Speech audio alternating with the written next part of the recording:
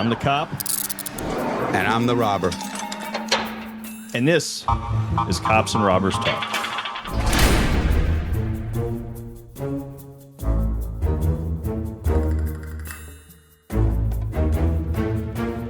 Hi, I'm Chief Chris DiGiuseppi. I'm here with two of my great friends for our Cops and Robbers. This is our initial show, Cops and Robbers Talk. I am a police chief. I've been in law enforcement for 33 years, and I am here with my friend Mike Wilkerson, who is owner and founder of the Two Guys Talking Podcast Network, and my good friend, who probably needs no introduction, Larry Lawton.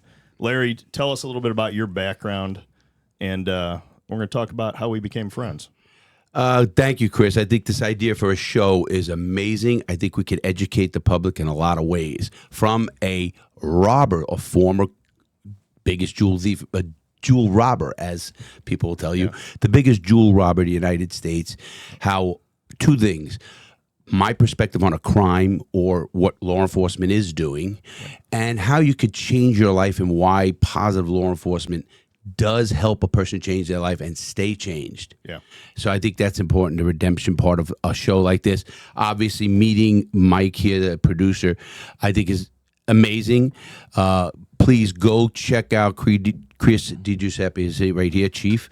I'll be calling him Chief on the show. Yeah. And, of course, Mike is the producer. You guys will get to know Mike as well. My perspective is going to be different. And as you know on my show, I'm going to say it like it is.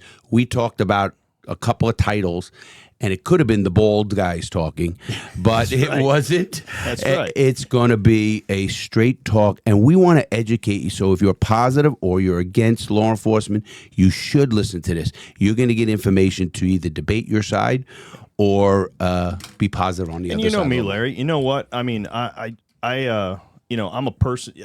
I don't push this on anybody, but I'm a person of faith. I ground myself. That's how that's where I am, and I got to speak the truth. So, it's I stand up for my profession. I want to give everybody a perspective on what law enforcement is and what it's like to be a cop, what it's like to be a police administrator at times. And if somebody's wrong, sometimes there are people in my profession that are wrong. I call it out. Sometimes there are perspectives that the public doesn't understand, and I'm trying to educate the public on that too. Really taking us behind the badge and putting you in that driver's seat to make you understand what it's like, in modern day law enforcement is one of our goals. And we go to somebody, Larry, who did some things in his life, committed some crimes. I mean, went to federal prison, some of the worst prisons in the United States, right? Has a perspective that I don't have. And we need to flush that out. I think it's good. One of the things I think that everyone's going to grab, especially me, it's why I love sitting cage side inside of podcasts, is because podcasting is perspective. It's captured perspective. Yeah. And the stories that you guys are going to provide with us, but most importantly, the perspectives that you guys are going to provide about the topics we talk about, is just going to be awesome. Well, that's really such a way to say it, and I like that too. The reason I like podcasts, I listen to a lot of them, from Kill Tony comedies, the number one live podcast, of course, Joe Rogan, Lex Friedman, a lot of the big ones I love to listen to. And I wanted to say on this part, Chief said it beforehand, the reason I think this show can be very, very successful and educational at the same time and entertaining is because we are the subject matter experts. You are chief of police for 33 years. I've been a criminal since I was a kid, and I'm the old one in the room, but we're close enough that we're going to say we're all the same age. And I think your perspective, Chief, and then Mike's perspective as a civilian is a great a recipe for a show. Absolutely. Because there's so many questions I have, even to this day. Right. And I know people get out there and say, whether it's how to handle a traffic stop. Right. Or what do you do when you run across an asshole cop? Right. Can we talk? Can we use language what we want? For sure. Okay, I just want to know. I'm kind of the Boy Scout here, so I'm going to remind you, family show, Larry. And when I say family, I'm Sicilian. I'm not talking like mafia family. You know. See, I was right away. It went to see right there. But yeah. You know, you could use the language you want, but sometimes me and Larry, we go into places and I go, okay, Larry, we're going to be talking to the mothers of preschoolers. Yeah. Larry, I promise to make sure that Chris is more tame with his language than usual. Here's a list of words, Larry, you can't use. Oh, I won't use those. Hey, the George Carlin words? Yeah, yeah, those. Hey, kids, you ever been in a Turkish prison? I'm like, okay, don't say that either. All right. Do you know, that brings back a memory, right, with law enforcement. I am the only ex-con in the United States who's an honorary police officer, thanks to your former mentor and my law enforcement mentor, and that's why I call him Mike Force, Chief Mike. I was just with him for breakfast, and it really brought up an event. I do a lot of speaking events, and I spoke to the DARE Association for North Carolina, the whole state. Yeah. And we went to a school, and there were 500 kids in an auditorium. Yep. And they brought me in shackles and cuffs. And Chris, wow, the law enforcement now I know they're very good guys. Yeah. I suggested, here's how we should do it. Bring me in shackles and cuffs with 2 cops on each side and bring me into the middle of the auditorium. Yeah. And there's news there, everybody. And when I walked in and the jangling of the chains hitting the ground, because I was literally in belly chains, the whole works, legs. I actually have a set of those because I showed someone how to get out of handcuffs. I showed the public how to get out of handcuffs. Right. That's a good one. Right. But it was amazing, Chris, that to see the silence in the room when I walked in and kids, and my opening line, and I'm going to say it, is usually, can anybody in this room hide a knife up their ass? Right. That shocks a room. That's the thing we don't talk about with the mothers of preschoolers or the Bridge Club. But, like I said, I got to steer Larry. It's okay. It's effective. Chris, I give Larry a lot of trouble. It's all about context, Yeah. It's all about context. Right. Mike, why I like podcasts more than anything is because you can get into a deep conversation. It's not. I do a lot of TV, and you get 7 minutes. You get even a big show like when I was on the Huckabee show. You had all 3 of us: myself, Tommy Chung, and a former pastor who killed somebody. He did less time than me. Go figure. But anyway, the show was about redemption. Absolutely. And we only got 10 minutes, 12 minutes because, with commercial breaks and stuff like that. Right. We can do what we want here. Right. And we have I'm telling you, seeing and talking to Mike already, it's great, unbelievable studio. And I think we can do things remotely when we have to. And when I'm here, not. Great. And I think this can be really, really well. Yeah. And let's talk about that. Larry's story is Larry Larry robbed jewelry stores up and down the East Coast. Larry got caught. FBI caught him. He went to jail for 11 years in some of the worst prisons across America. And he got out and he formed a program called the Reality Check program that kept kids out of jail. And the program was so successful, 80-90% successful. They did independent studies on it where the people that went to this program never got arrested again. That's what I want as a law enforcement officer. That's what I want. That's, one of our goals, to get people to not, commit crime repetitively, to stop, to change their lives. Larry changed his life around.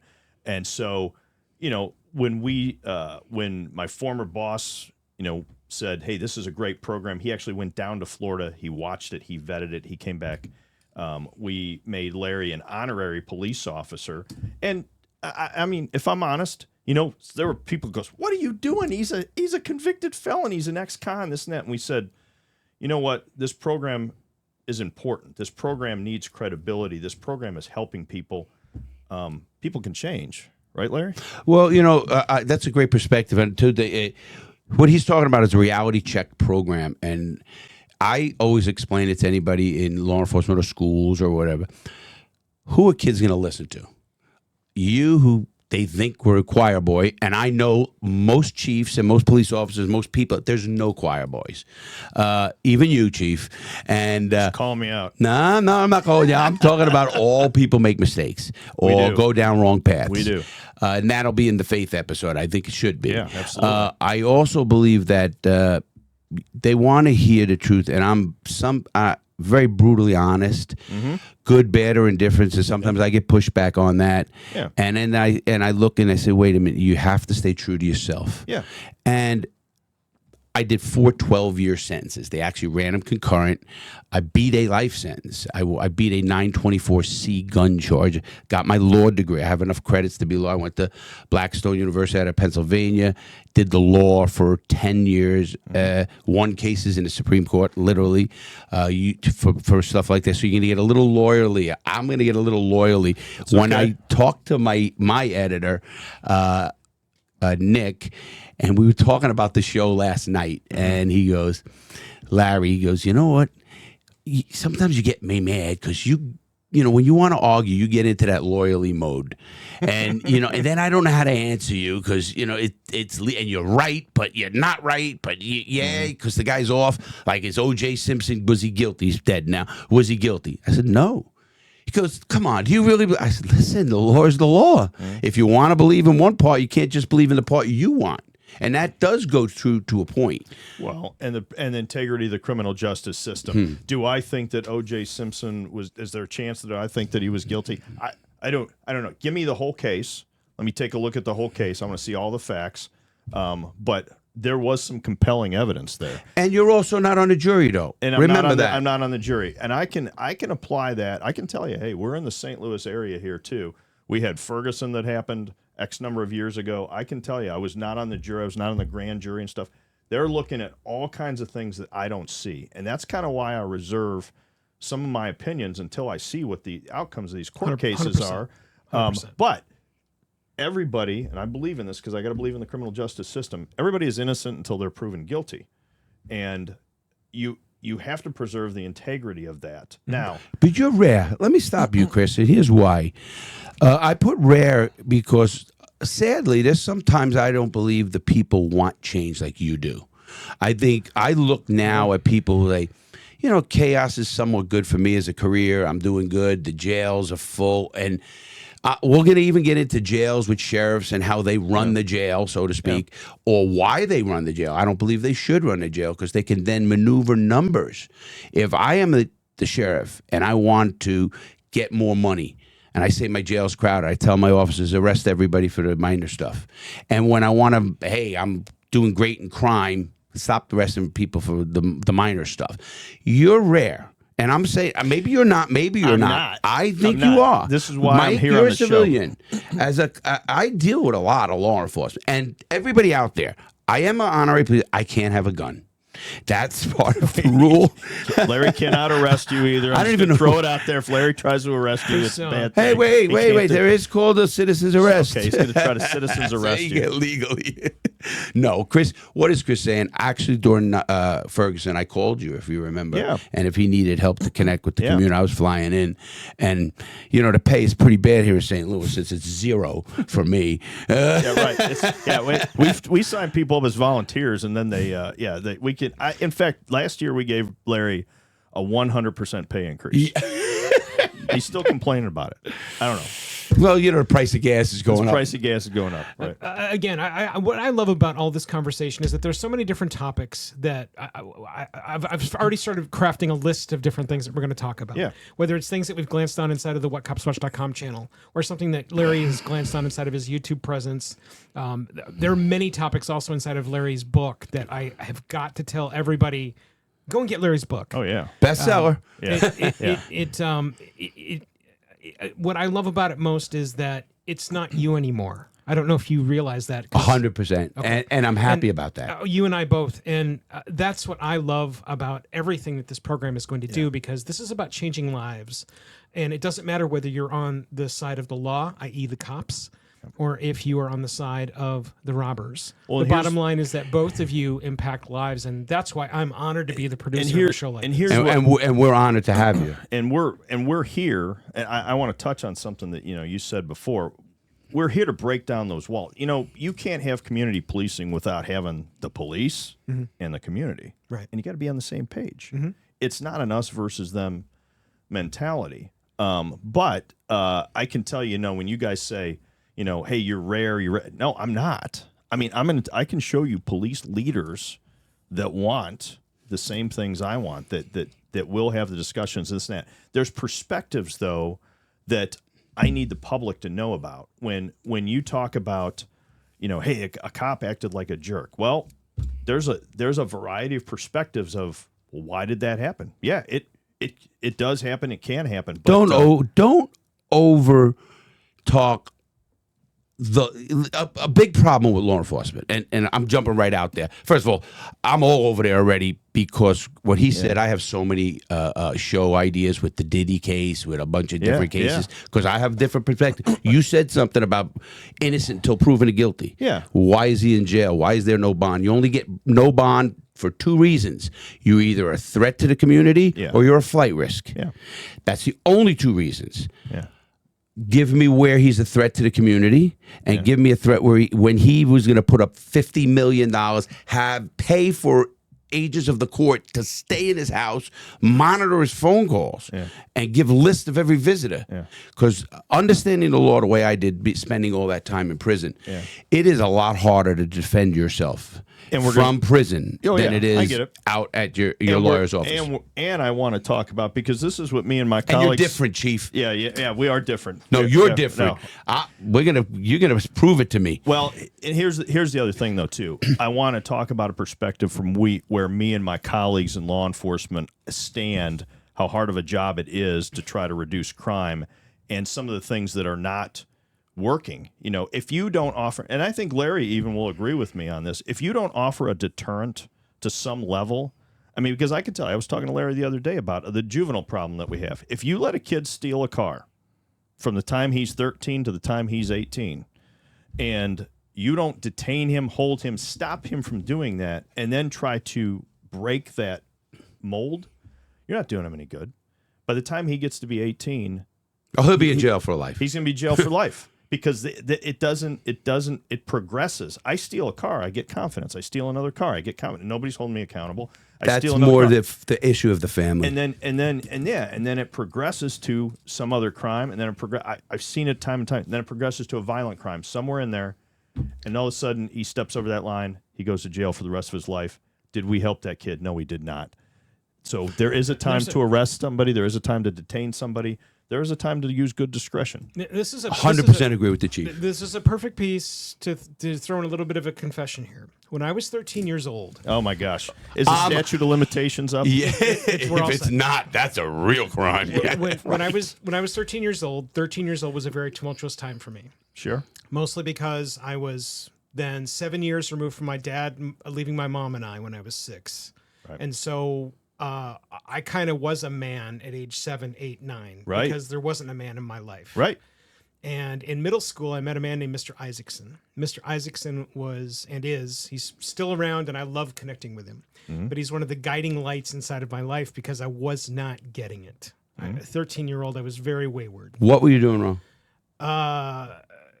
Come on, this is the real show here. I was doing things I should not have been doing. We'll leave it at that. I couldn't say that to the judge. I know, but I appreciate he went in that, front Mike. of the judge. Right. Yes. The bottom line is I was doing things I should not have been doing, and as we all I didn't have. get it until I met Detective Cooper. Yeah. And between Detective Cooper and Mr. Isaacson, I found a very clear path that involved everything I wasn't doing previously. And again, total thanks to them, but it's one of the reasons that galvanizes me to do something like whatcopswatch.com. Right. And to talk with all the people that I work with inside of crisis negotiation, because giving back to law enforcement that helps build the community that I want and needed back then is the absolute reason why I'm involved with all of what we're doing. And that's what I want to prove to Larry too. You know what? Let me introduce you to some other people in law enforcement that are good people. He's met quite a few too. Yeah. But I do have, my profession is filled with people. I'm telling you, I've seen stories where I've seen cops that are empathetic, compassionate. They go the distance for other people and stuff like that. Now, don't get me wrong. I got people in my profession that shouldn't be in the profession. If you don't have those ethical values, if you don't have that basis, I've seen leaders that shouldn't be in there.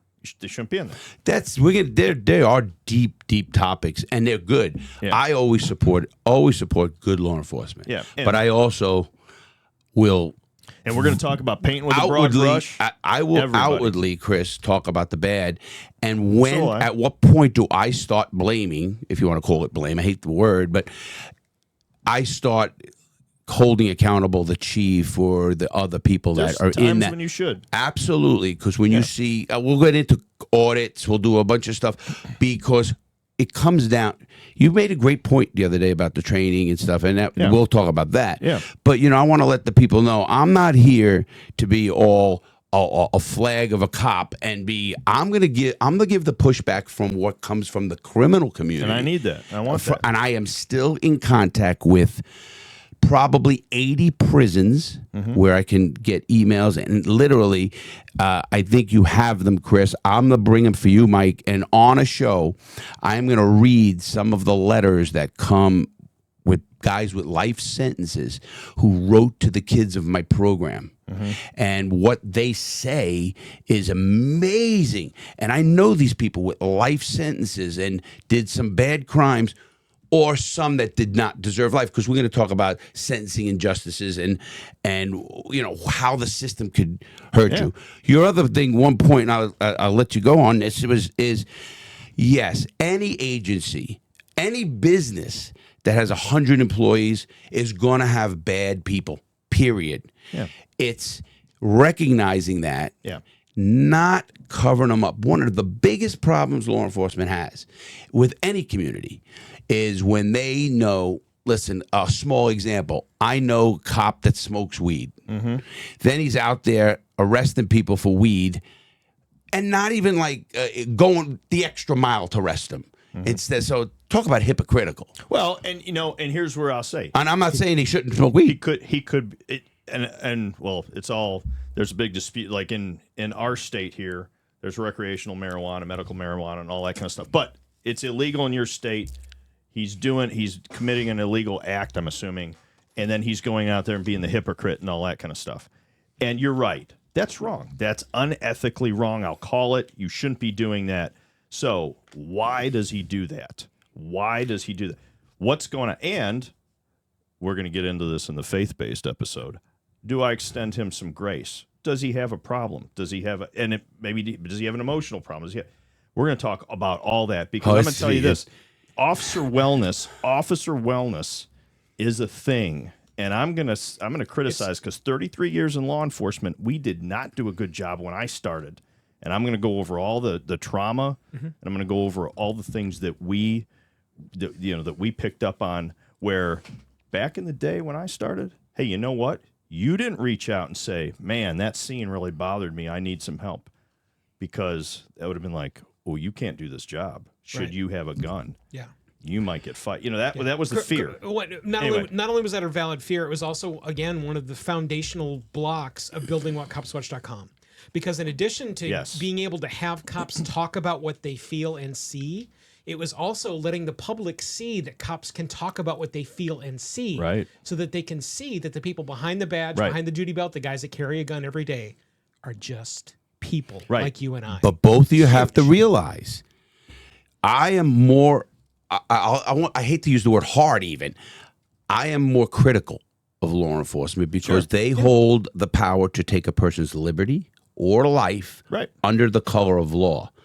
And the community sees that. So the community don't want to hear Chief say, we're going to really analyze this guy and make sure. I will give a person a break. Listen, I did a lot of bad things in my life, and thank God I do had people, and people still believe in me, and I think my heart's good because I want to help people. Bottom line. But you made a great point earlier, Mike, having mentors at that age, and you could have mentors at any age. I became 100%. Chief Force. 100% is my law enforcement mentor, and now Chief DiGiuseppi He's younger, so no. Right, that's right. Chief Force was older than me. I'm the younger brother. No, I got to know Chief DiGiuseppi very well, and that is why there's nothing I won't do for their department, because I understand where his heart's going, and I think that's why he's been the chief for 10 years. The average duration of a chief is 3 years in the United States. I know this. I spoke to the International Association of Chiefs of Police, the ethics committee. You remember the whole board. And to see Chief Force, former Chief, 25 years, and you on your way until you know, whatever your timing is done.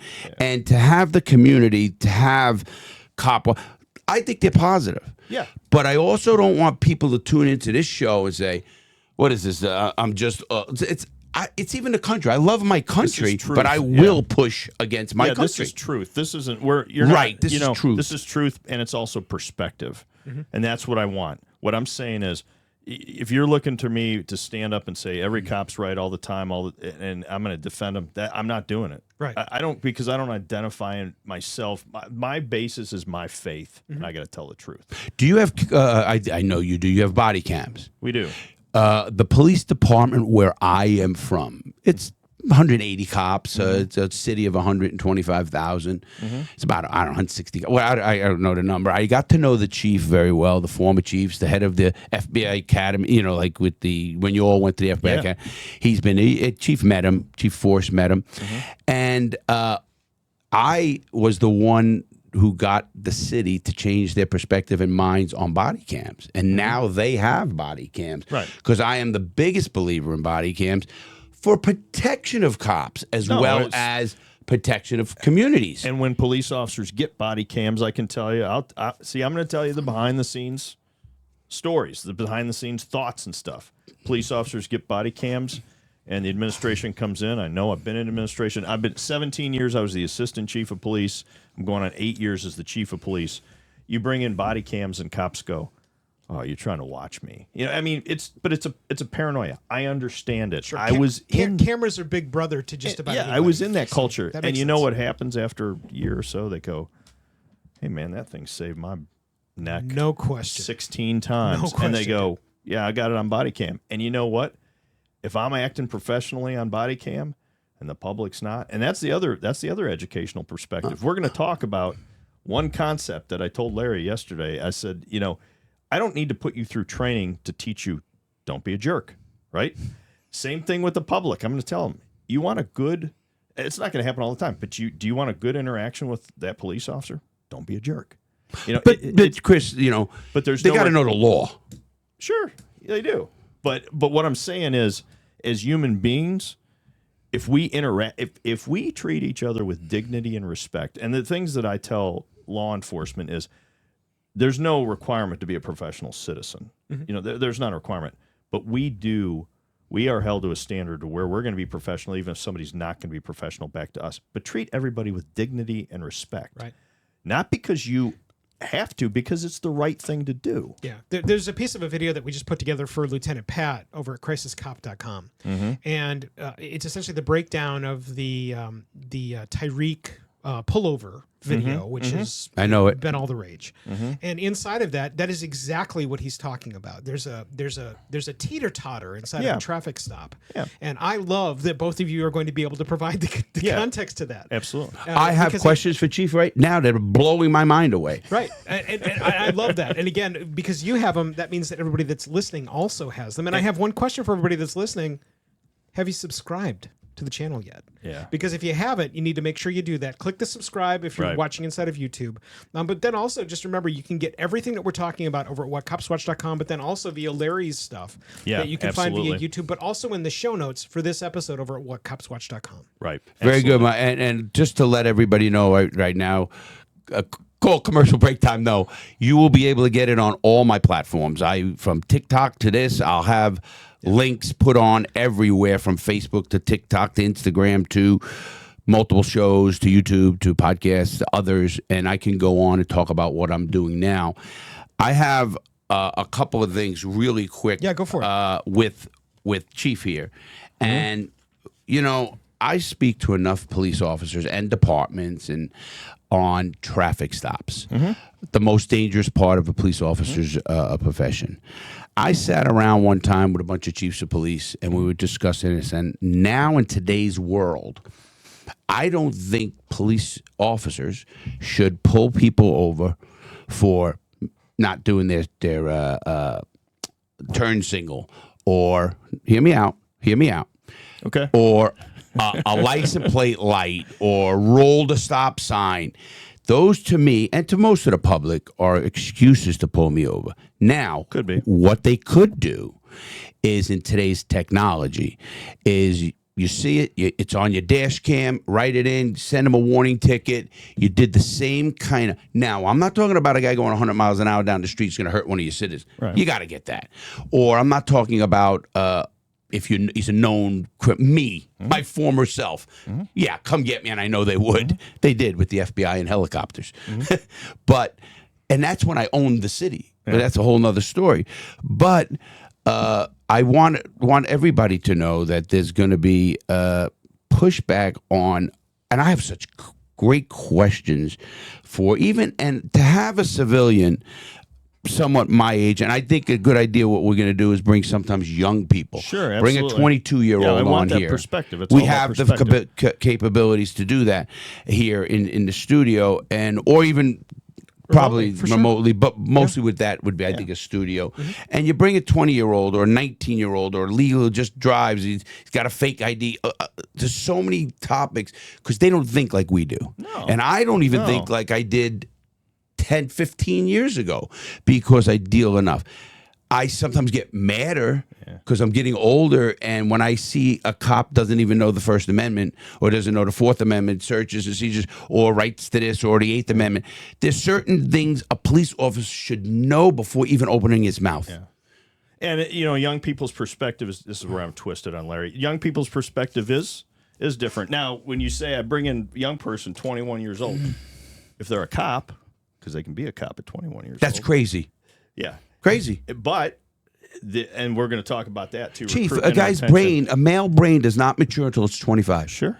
I have a big issue personally with the military, getting a kid going to Afghanistan, blowing some kids because he's a sniper and killing people over whatever they believe in war, and coming back to this country and their brain isn't full. But if I get a kid at 21 and I put him in the police academy and I want to mold him into the right type of person, if I get him early on, that might be better for development. You got to get him earlier. You got to get him the values you said earlier. You do, and I can't do of mentoring. that. I know that. Mom and dad got to do that, That right? gets back to mentoring. And again, mentoring, getting them early enough where there is a guide and a mentor on the front end. But guys, you're missing the point there too. But you're giving them a gun and a badge. Sure you are. And now that kid comes up. Along with the training. Well, they don't walk into the academy. They don't walk into the academy. Do you know how long the academy is? But you got it. I do. It's 6 months typically. But it goes beyond that. You've got to get them. This is why, and Larry will agree with me on this. This is where he'll agree with me on this. You have to have good leadership, because the mentoring doesn't stop. Right. I can tell you it doesn't stop. Right. My police officers, and most of them are younger than I am, right? They're like having kids. They're like your kids. I'm not saying they're kids, but I'm saying, like, when you have kids, you nurture those kids, you treat them, you have to train them, you have to lead them, you have to show them what's right and what's wrong and stuff like that. Now, when they come to you as an adult, they should have some of those core values already there. That's what we look for when we recruit and retain. Recruitment and retainment is not easy these days. 100%. And I understand why. Totally I'm a big supporter of anybody hears my shows, Mike, and you know this, from more pay. For police, because if I was a cop, and I say this right out, if I was stopping a person in Miami and they had $500,000 in the trunk, and I know that the system has got it where they're out in 10 minutes and they don't give a shit, because I got out back then in that quickly, getting caught with, $35,000 cash in a car, some coke in the thing, and I could care less. I know it's going to cost me money, but I'm out. And I do believe, Chris, that I would steal that. Yeah. Now, I can't feed my family. They got to work 2 jobs. And I think that's wrong. Now, I don't think, but getting back to the one thing you can't change, if you get a 21-year-old cop who makes that bad decision, it affects people's lives to the biggest degree we have in this country. I agree. So why are we taking a shot at a kid who's going to do? I'll give you a quick example. My friend, you might know him, Joe Ferrini, older, he just passed, one of my greatest friends. And from old days even, but anyway, he's, at the time, he was like 78, and he's out to dinner with his wife and another couple in the back of their car. He goes up to a, Stein, gets lit up after the turn, and the cop he said, Larry, the kid got to be 20. He comes out and says, you rolled it. He's looking at him. The kid's looking, you rolled it. Yeah. License. And Joe goes, what? He goes, you rolled the stop sign. Give me a license. Now, I know the story so deep because Joe is a very successful man, and he told every dinner group and party, and we were at this story of how they treated him. And why do I go back to dignity and respect? It's because of that. But can you give it to a kid who's 20? Yes. With a badge? Yeah. With a badge and a gun? Yes. Without question. You trust them? They got to learn Absolutely. that. Well, I mean, if they're going to learn it at 20, they're going to learn it at 25. What I'm saying is, when you coach and mentor a person, when I have somebody come in and I interview, I look for their values. I look for their core value. I want to know. And yes, you can give it to them, but see, you're going the opposite. You're going, wait till their brain develops Matures. at 25. What I'm saying is, no, Larry. I need that kid to have those values back at 7 and 8 and 10 years old. I need their parents to instill that. I need that core value back in them back then, because then I've got a basis to work with. Go ahead. We've just finished with what is likely one of the largest electional impacts ever 100%. in human history. I agree. And what I always tell people about elections, regardless of your lean, is that your politics are determined by whom you surround yourself with. Right. Whether that's your family, whether it's your friends, whether it's a workplace, whether it's an environment of just people that you are around. Yeah. All of your political guidelines are all instilled inside of you. Yeah. It's exactly the same thing with everything that are the foundational elements of your personality. Right. And if you don't have them early, you have to get them from somewhere. And what Chris is talking about is making sure that the foundational blocks, if they're not all erected when you are 21, entering into the academy, then you meet the people like Chris, like Chief Force, and the people that you've now surrounded yourself with to get the foundation that allows you to build a program that's identified by tens of thousands of Let people me get now, this Larry. straight. I built my program a lot before I met Chief Force and Chief DiGiuseppi and the success rate. But it's not that. We connected But if because you- I respect them right, very right. much. But if you had not found law enforcement, guess what, dude? Oh yeah, You're going to be one of the gangsters inside of GTA for real. well, and it's I and might that's why be. it I can't matters. really, give any information out. But confession, Larry, don't go there. You got to get your lawyer. I get my lawyer an NDA. No, guys, I'm not pushing back on a good. Listen, Right. I believe even mistakes. People say to me, "But Larry," I said, "Hold on." You'd make the same mistake or use it. I am not a guy that says every little thing a cop does. I'll tell you, there's rules I would make. Maybe I'm going to help change Chief's mind. I think anybody who has a body cam and shuts that off during a stop or does something where it mutes the thing, there's immediate dismissal. But we never have any other cops because they make a mistake and they shut it off, or the thing goes dead. I mean, They I make can that tell- mistake I can tell during a important time, or you see them. They get together and they mute their mics and they're talking in front of a car. Well, oh, sorry, no, you're right. I'm you're not good. banging. I'm sticking to the rules. He's not He's not banging the table. Okay. No begging in my studio. Oh, wait a minute. Sorry. No, and look, you're right. There's other things that come in play. We just don't have enough time to do it on this podcast. We don't. But optics and politics. I know he's like, we don't want to talk about politics. Let me tell you something. Oh, I'm going to talk. Politics come into play in policing. I'll say it out loud. The chief's job is to keep the politics away from his people so they can do their job. We need to be unbiased and all that. But politics come into play. Do you know what the number one complaint is that I or the chief of police in a major urban area who has the unbelievable murder rate? You know what the number one complaint we get is? What is it? I don't know. Traffic. Speeding. My Rolling subdivision stop signs in neighborhoods. My subdivision. Well, I'm guilty. Larry's the problem. My subdivision. No way. It's a racetrack out there. That is over and over and over again. That is the number one complaint. Right. Now, is that the number one priority? No, I want the homicide rate down, right? Oh, we got so many. Please write this one down. Right. Drugs. We have other problems. But the number one complaint, who complain to the elected officials, who complain to the police chief, who complain to the elected sheriff, is traffic. So to get out there and impact traffic. You know what a losing game is? Traffic.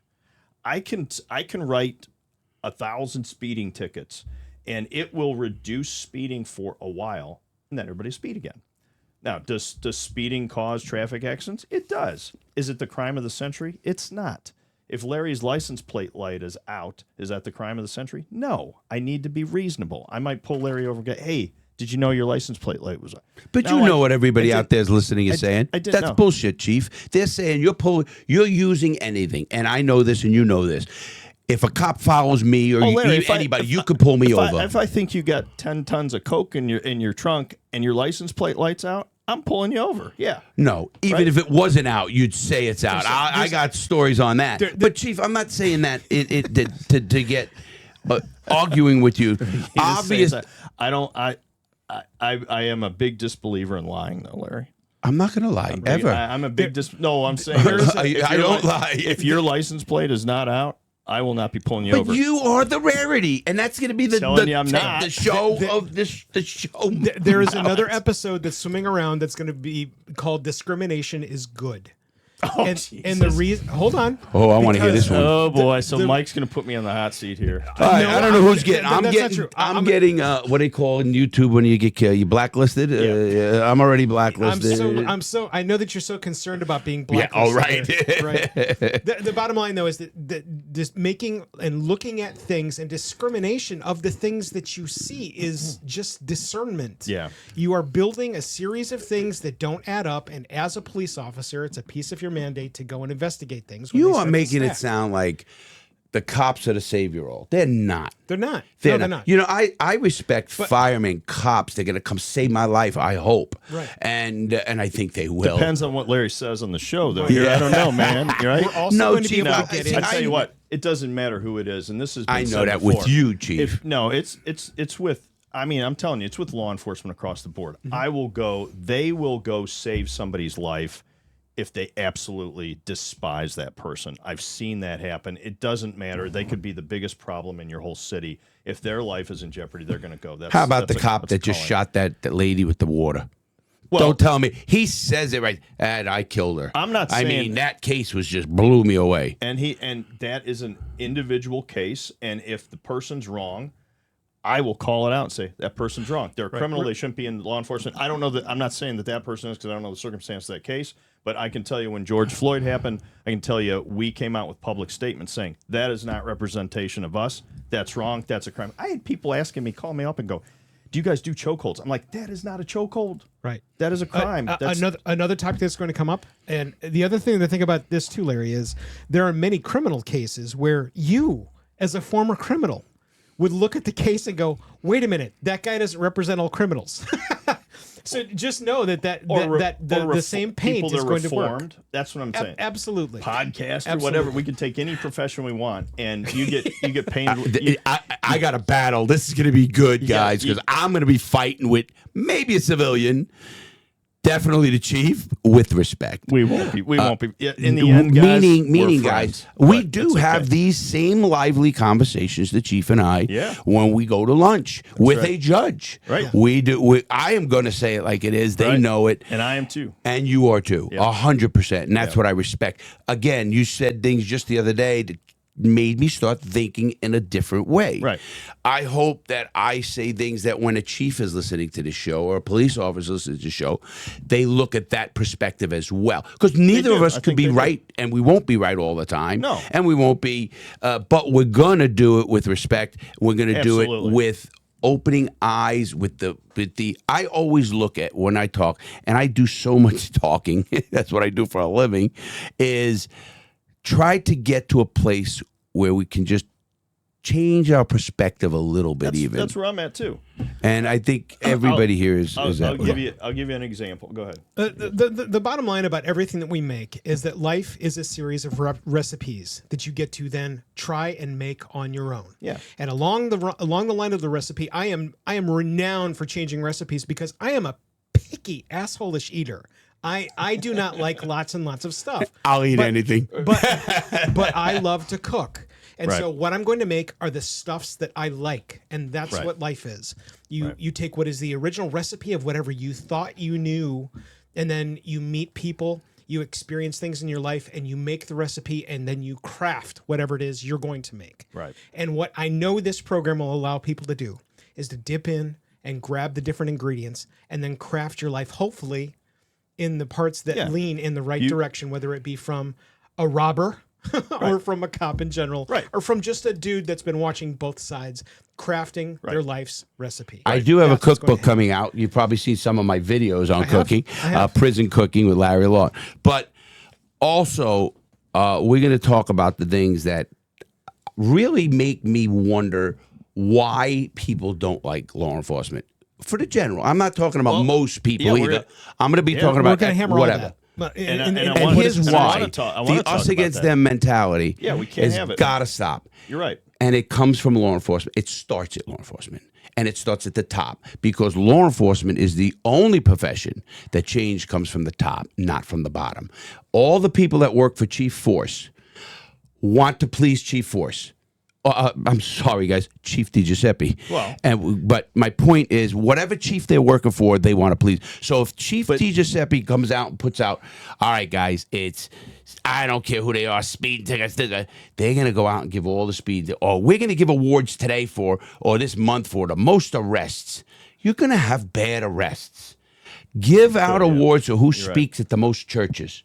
Give out awards for who Chief Force. One of the biggest things that made me really respect your department and both you and Chief Force, because you're both so like-minded. We're going to talk how we met with the books and stuff. But also, Chief Force gave an employee, an officer that he saw changing a lady's flat and didn't tell him. The guy didn't see the chief that he saw him.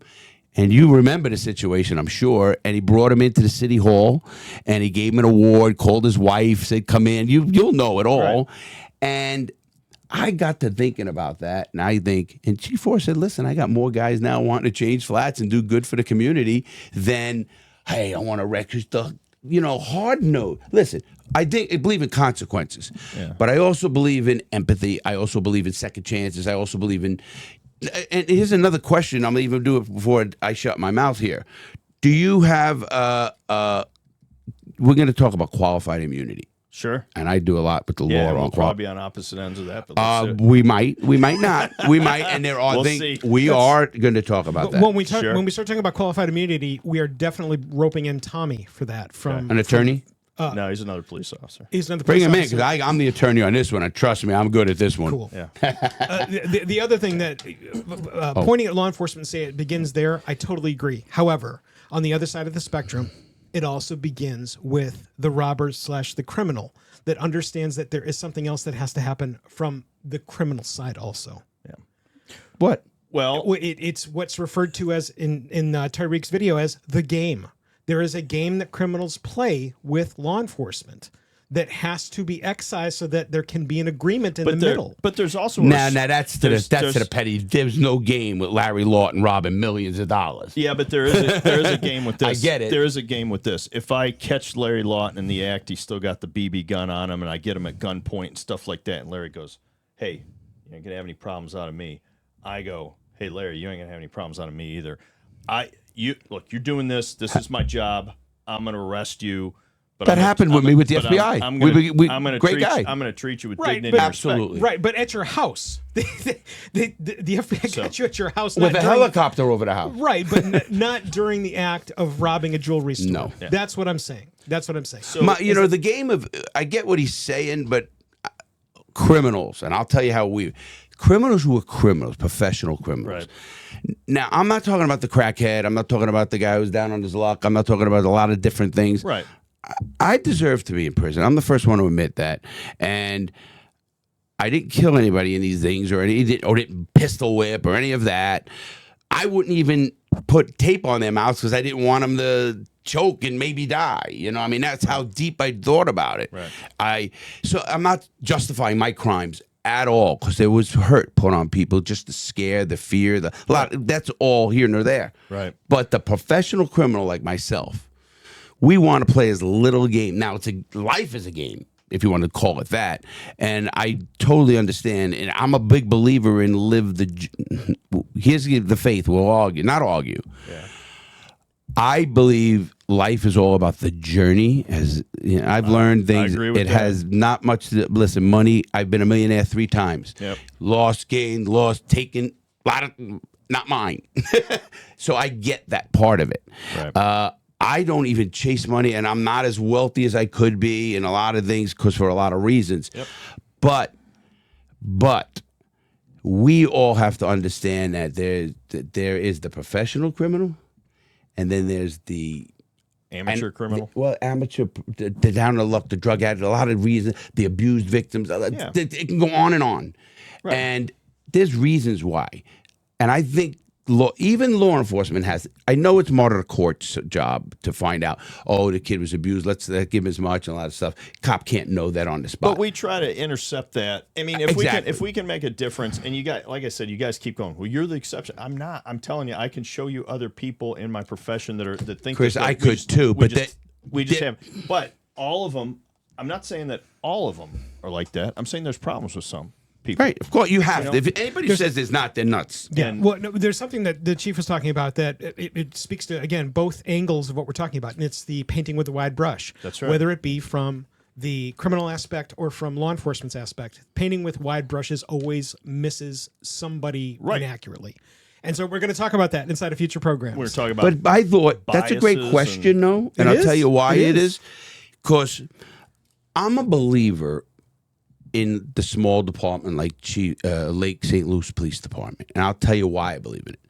Because I think they can get down on a personal level bigger than being that government level. You know, you're attacked by the FBI. You're not going to know who. Listen, the FBI agents on my case came from Quantico, Virginia, Major Case Squad. Sure. So how are you going to get to know them? How are they going to be? They're there for the nuts and bolts and the stuff.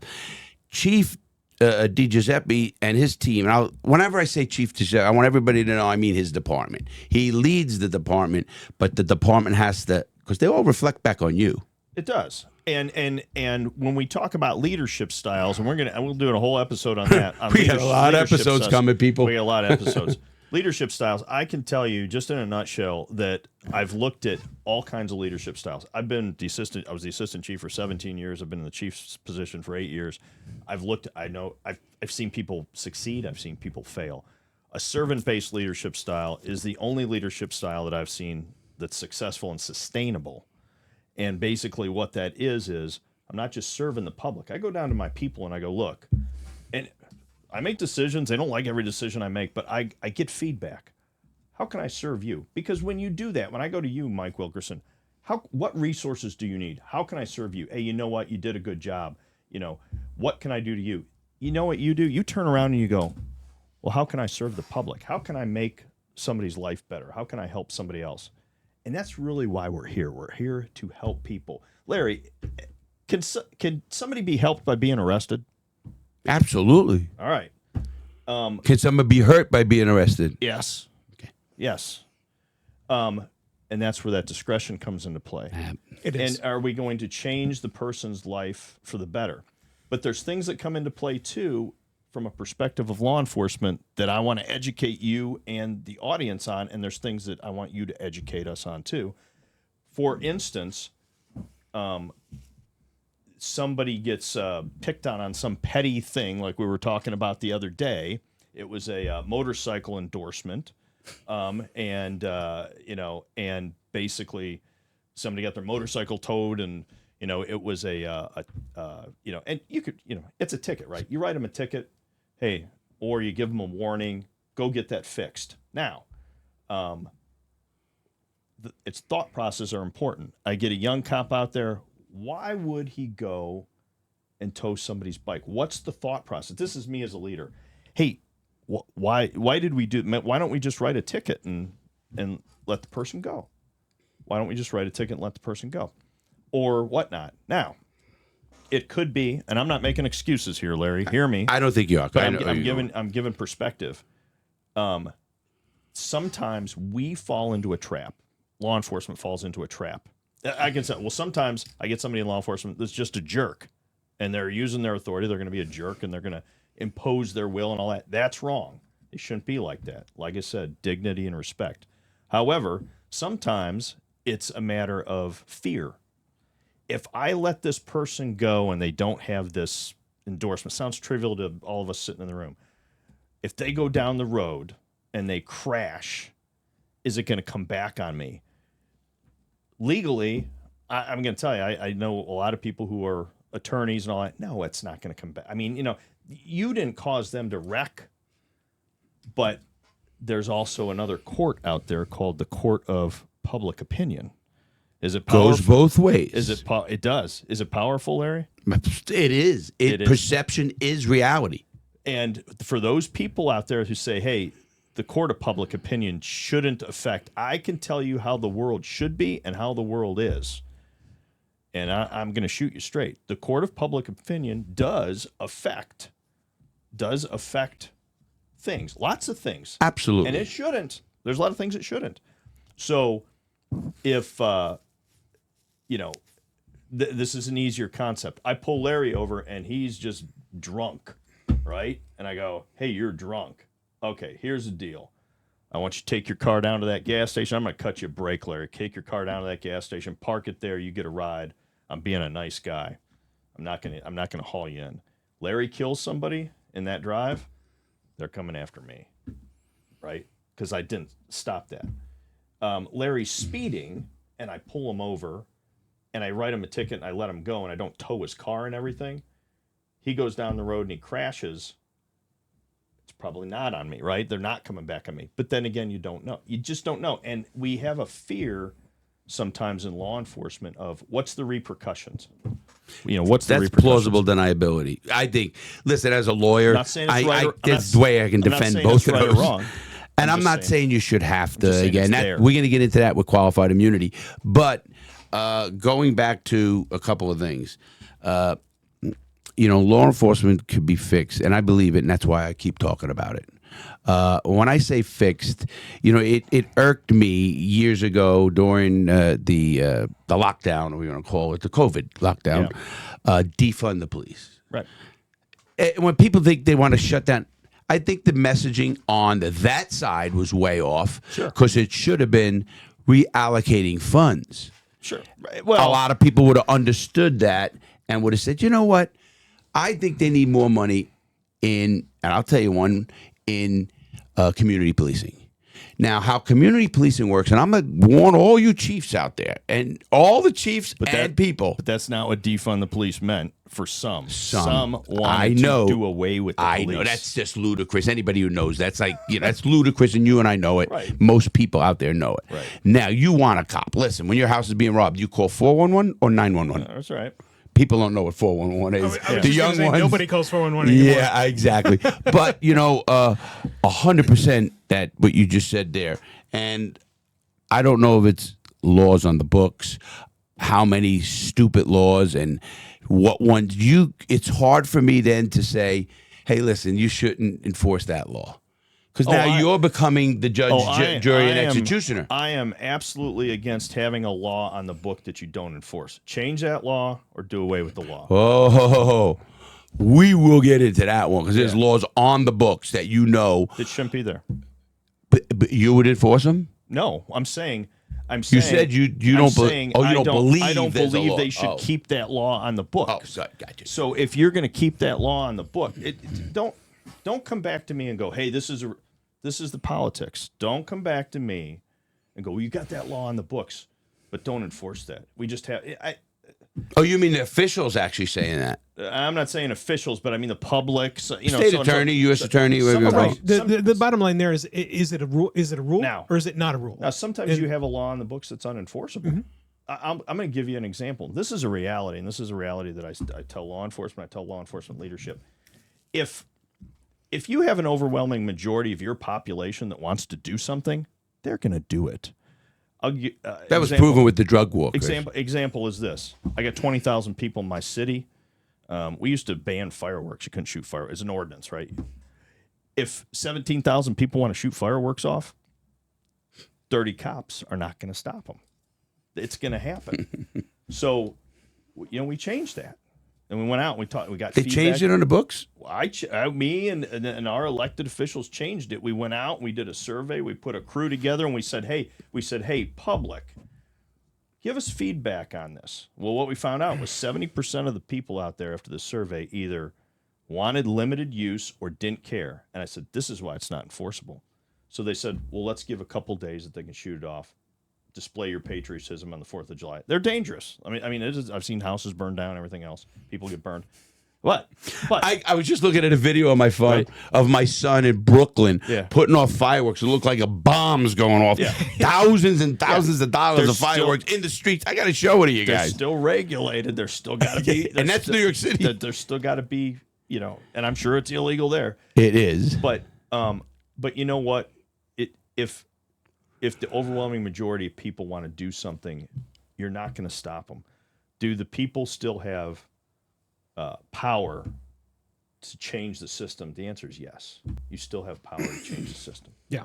So, well, but bucking on that one bit, obviously there's gambling, prostitution. We talked a little about that when we're going to have a show on that one with Shima Rastani from Gateway Alliance Against Human Trafficking. Right. Absolutely. Well, we talked about that, and prostitution being one of the oldest living professions. Obviously, that gambling, there are on the books, and I often wonder when you let something go along for X amount of time. Larry Lawton was a bookie, a very big bookie. Mm-hmm. They never got me for bookie because it was they didn't care. The feds I'm talking about now. Now, I have a question for you when you changed the law in your books here with the fireworks. Was that done through the city, or was it a county, or was it a state? So just in Lake St. Louis, you can now, again, use your page. I'm sure there's limited use, yes. Yeah, on July 3rd and 4th, you can shoot off fireworks, certain fireworks. You can shoot off fireworks from noon to 10:30 p.m. It is legal. We encourage everybody to be safe. My police officers have the discretion to, now it says, you can't shoot them off the street. I can't have you setting them up in a lane of traffic and cars running over and stuff like that, right? Video. So, but if you're in a court, we can move it to certain places where it's safer. I don't want somebody lighting their house on fire either. Sequestering fireworks is a piece of what should be some sort of commonsensical thinking going on inside of a giant event like that. But how do you train a new cop, Chief? Chief, you get a guy on. Obviously, that's a law. That's a city law. Mm-hmm.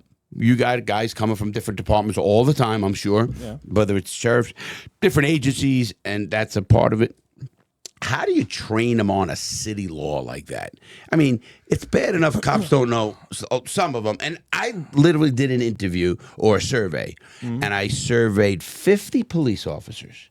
And did you know only, I think it was 12 or 15 could name the amendments I talk about, the Constitution. And here's why I push back. And understanding them. No. I don't mean, First Amendment. Right. So what I'm saying is you can't know every law. You can't know every statute.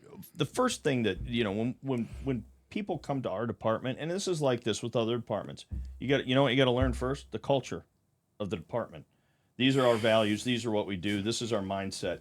We're out here to go help people. Just like a workplace. Right. It's very much like a workplace. Right. So you got to learn the culture.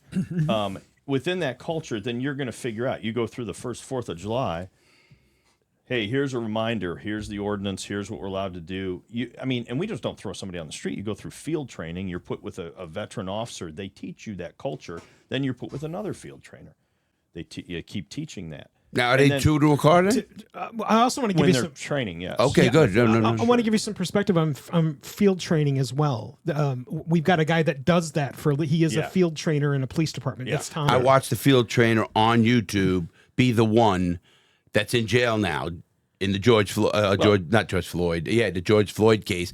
I do many videos on Derek Chauvin, and I'm the only person on the internet and all over, and this is proven now because I said it. I picked the exact time they were going to give him 22 and a half years. And I'm the only one because I was giving out a free merch box of something of anybody who can guess to the closest of how much time Derek Chauvin would get. I won because I read his PSI. It's called a pre-sentence investigation, and understanding the law and kind of put myself in the mindset of a judge and literally picked 22 and a half years, and he got 22 and a half years. People were saying, and it couldn't be faked because the show was up before the sentencing, so you can't go back. And I don't know all, and that's my thing with when I look at those cases and stuff. That's why I reserve judgment, opinion, and stuff like that. I'm not seeing everything that judge is seeing. I'm not seeing everything that court is seeing. So, what's the outcome in court? Because there's tons. That's what I'm saying. The court of public opinion. There's tons of rhetoric that goes on. But you just read it that's saying it's about the culture of that department. It's about the culture, yes. Well, it's then about the culture of the department. It's the culture of the chief. Look, and let me tell you this. I'm going to say this. I'm confident, I can't prove this, there are good police officers in that police department. Because absolutely. I'm going to tell you something that happened too. After that happened, and then all of a sudden everything blew up. Scooch that in front of you. After that happened, everything blew up into the defund the police movement. Mm-hmm. Those the good police officers, there's good people. They left, and then Minneapolis had to go back out and try to find more police officers. I'm telling you what, if I'm a cop in that environment and that culture, I'm not coming back. I'm not going to come back, and I hope they do, because you know what? That city, those people need them. They need police officers. They need them. I'd rather have less police but good police than police that are bad. What happens, and we're going to go through the whole experience. I'll give you the whole experience of being police leadership through COVID. Nightmare. You lose everybody. What happens is the people you have left, this is, you're in 1,000-person police department, all of a sudden you're 200 down for a year or 2 years. You can ask these major urban police. Your cops are exhausted. They're burned out. Emotionally and psychologically, they are hurting, and you're going to expect them to go out there, and they're in high crime areas. How do you think they're going to perform? Those are things that when I talk about officer wellness, those are some of the things that we got to hit on. We have improved in our profession with officer wellness, but we have a long way to go too. You were going to explain to me training again, because again, you do training. Maybe you don't even call it training. Yeah. When you say you get a new guy in and you do this, you train him on our culture, our law. Yeah. They should know. Obviously, getting back to the rarity is because the culture of that department is by way of chief or sheriff. And if you have a bad sheriff or a bad police chief, who's manipulated the councils or whatever they did, because you do know I bought a city. When I rigged that election, the next move I made is I had the mayor in there. He ended up becoming the longest serving mayor in Florida. Mm-hmm. He was actually mayor after I got out of prison and way back. And I ended up then paying 2 council members $25,000 each to make the city a strong mayor city, if you know what that means. Yeah, full-time mayor. Yes, but what that means is he has the ultimate say. He makes the choice. Police chief, it's not a council's pick. It's the chief police. I mean, the mayor's pick. Just like in New York is a strong mayor. West Palm Beach is a strong mayor. I think Miami is a strong mayor. That means that mayor is the power for contracts. Yeah. Now, he gets advice from a council. But he is the right person. Because if you have the wrong person as mayor and they get the wrong values, you're going to have the same thing. 100%. But that's up to the voters then. They should then do their research. Is he a businessman? Is he a man of faith? Is this who they want? They're going to pick who they want. And you have the opportunity then to get rid of him in that 4 years. Whereas you... obviously, we're going to have some discussions politically, about this, politically, huge discussions. Chief. Right. Yeah. Politically, if you're a politician, you're not, and I know that. You're a real chief of police. But if you have a chief of police who's a good politician and can manipulate 3 out of the 5 council people, he can do pretty much anything. Well, but I'm telling you, a chief of police has to keep the politics off of his people, and a chief of police, unfortunately, has to play some politics from time to time to do that. 100%. I'm not saying, but as long as you're grounded in what your values, your ethics, and you're doing what's right. So yeah. We're going to talk about appointed versus, and I have professional sheriffs that are elected out here in the state, and they are great leaders. They're elected, right? They're different than the chiefs, and we have professional police chiefs that are appointed that are great leaders. It all comes down to what type of person that they are. An elected official is harder. I know sheriffs that are not great people too, and I have known leaders in law enforcement that were appointed that were not great leaders, and they're no longer there. Here's the $1 million question though. What's easier to get rid of, the appointed chief or the elected person? An elected person's hard to get rid of. Yeah. We talked about that the other day. Yes and no. Hold on. Well, depends how good politically he is. For 4 years, right? You can get a regular appointed person, and it could be done wrong. Listen. The United States was built as a history major. The United States was built, with the 3 branches of government: legislative, executive, and judicial. And the reason it's done, and it takes time for any law to come.